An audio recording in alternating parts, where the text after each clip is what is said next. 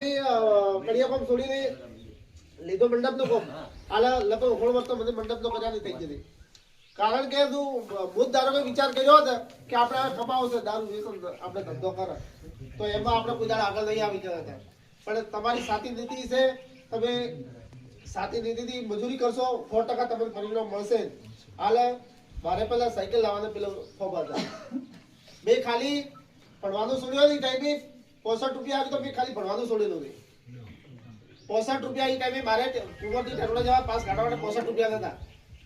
અને હાલ 65 રૂપિયા જો હાલ 65,000 ની કોઈને જરૂર પડે ને શિક્ષણ માટે તો ગમે મળે સાલી દે પણ એ ટાઈમે મજૂરી નથી હાલ તમે મજૂરી કરવા જાવ ને હાલ 500 રૂપિયા મજૂર નથી મળતું